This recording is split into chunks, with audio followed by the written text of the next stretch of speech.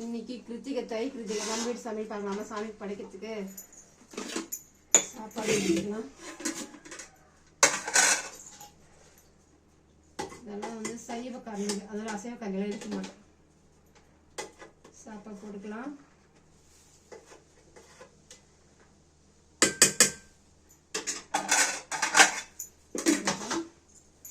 மெதுவடை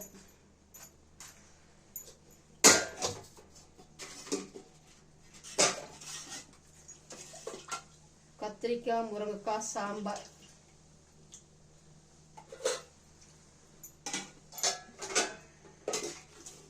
அப்பளம் முருங்கைக்காய் கூட்டு. இன்னைக்கு முருங்கைக்கீரையே கிடைக்கல. இன்னைக்கு கிருத்திகை அன்னைக்கு வந்து முருங்கைக்கீரை வைக்கிறது ரொம்ப விசேஷம். ஆனால் முருங்கைக்கீரையே கிடைக்கல. எங்கள் வீட்டில் மழை இருக்குது, ஆனால் கீரையே இல்லை. இப்போதான் பூவும் பிஞ்சு விடுறது. முருங்கைக்காய் காய்க்க சீசன் வந்துச்சு போடுறது, அதனால வந்து கீரையே காய்க்கல. வாங்க இப்போ சாமிக்கு படையல் வச்சிடலாம்.